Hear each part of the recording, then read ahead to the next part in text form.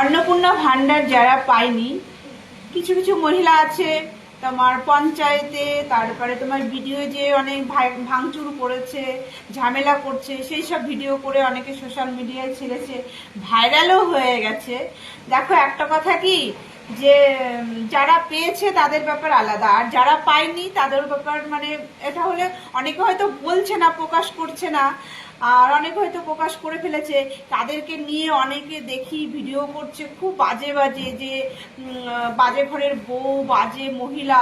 একটা কথা বলবো কি, 5-7 বছর আগে একটা অঙ্গনওয়াড়ি স্কুলের চাকরি ছিল, 3 থেকে 4 হাজার টাকা এরকম ছিল।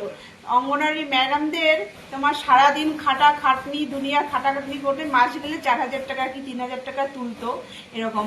আর এখন ঘরে বসে তোমার 3 হাজার টাকা পেয়ে যাচ্ছে, সরকার দিচ্ছে। এবার একটু তো জ্বলবেই, যারা পেয়ে গেছে তাদের উপর আলাদা, যারা পায়নি তাদের তো একটু হলেও জ্বলবে। অনেকে সেটা প্রকাশ করছে, কিন্তু অনেকে প্রকাশ করছে না, কিন্তু জ্বলবে, জ্বলন তো হবে একটু হলেও। আর হচ্ছে তোমার সরকার যে কেন এত তোমার হচ্ছে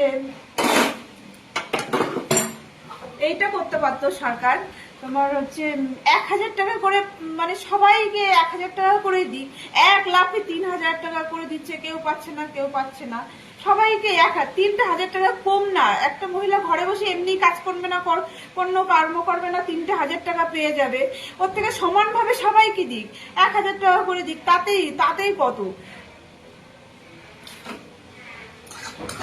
তা হচ্ছে সোশ্যাল মিডিয়া কিছু কিছু বউরা তো ভাইরালই হয়ে গেছে রীতির মতন। তা সবাই তো আর ঝগড়া করতে পারে না, কি করবে, ওদের এখন জ্বলনটা একটু বেশি হচ্ছে।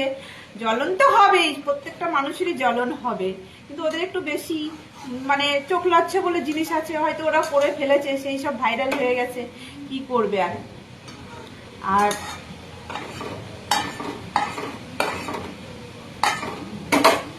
এখন তো রাস্তাঘাটে বেরোলেই অন্নপূর্ণা ভান্ডারের পয়সা ঢুকেছে, অন্নপূর্ণা ভান্ডারের পয়সা ঢুকেছে, অন্নপূর্ণা ভান্ডারের পয়সা ঢুকেছে, ব্যাস।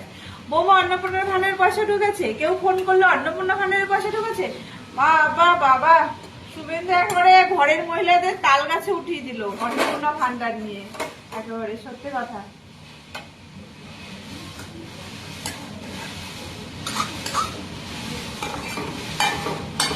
চাল কুমড়ো শাক ভাজি, ভাজাটা হলে রান্না বান্না কমপ্লিট।